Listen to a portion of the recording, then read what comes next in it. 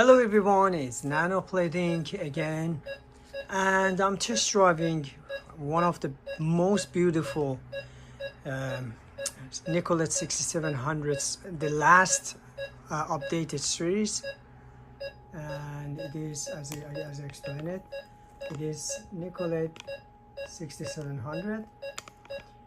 So now we have the accessory of Smart ITX ATR accessory beside of it. We're gonna test one by one, and now we just at the beginning we just want to see the performance in transmission mode.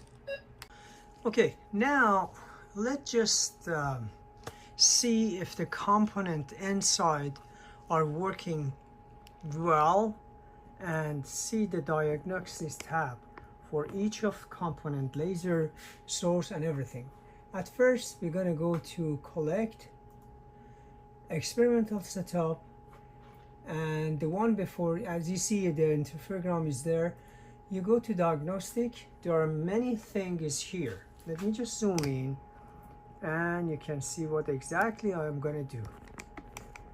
Okay, so now at first, we're gonna see the power supply.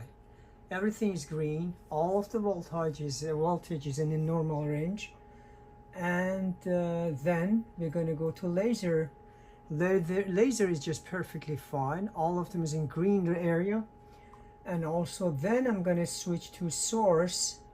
Then in a source, do you see everything is perfectly fine. Then I'm going to go to firmware version, electronic diagnostic, everything is green. Then we're going to go to detector, which is DTGS, the KVR detector. The detector is there. There's no faulty sign in here.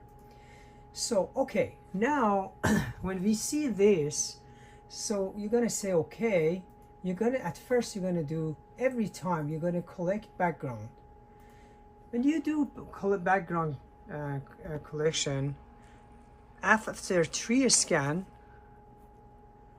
you see the spectrum is going to be there. So basically, this is water vapor, CO2, water vapor. So we didn't purge the system at the back of the system with CO2 or moisture-free gas. So basically, what you see in here, water is water vapor, CO2, and also water vapor, and also that little peak is in here is just CO2 as well. So basically, if you don't want to see those things, especially when there is a the small signal is just too small, those things is going to show up.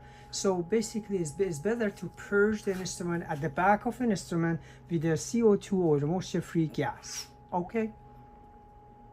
Okay, now we do have secondary polystyrene standard sample from Thermonicolet.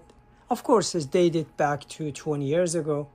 So the instructions said it need to be at a minimum 2 years in order to verify the spectrum perfectly, but it still is working. So anyway, I'm just using this very well, and it's still showing the good sign of agreement with what the specification of an instrument is there. So at first we're going to put this one into sampling compartment and close the lid. And of course, I told you, I mean, at the beginning we did background standard. So now, I'm sorry, we did took the background. So now hit the sample. Hit the collect sample. Okay, so as long as after 3 scan, you see here, 1, 2, 3, bang, beautiful spectrum. So very nice and a smooth baseline, very good signal to noise, which shows the performance, the beautiful beauty of the performance. This piece of an instrument. So basically I set it up for 32 scan, so you can put it in 8, 5, 3 scan, whatever it is. So anyway, so this is what you can do. Then when it's done, so you're gonna say yes, I need this one on a display, and then you're gonna go to analyze and go find a pic, and you're gonna just say replace, and the pics, all of them is just marked by wave number. Okay, now we do have what you call it thermoelectron NIST polystyrene standard traceability. That's the very important data that it just shows what is the accuracy of the peaks that you're gonna get. So basically you need to do 5 different averaging, but I didn't do the averaging because it's just a rough estimation. So basically here in the fingerprint region, it's going to show us that 539.67, and here, let me just zoom in, you see 539.75, which almost the same. Is very maybe 0.003 centimeter minus difference. I'm going to check another number, which is 1028.39. You see, the instrument says it need to be 1028.39, right?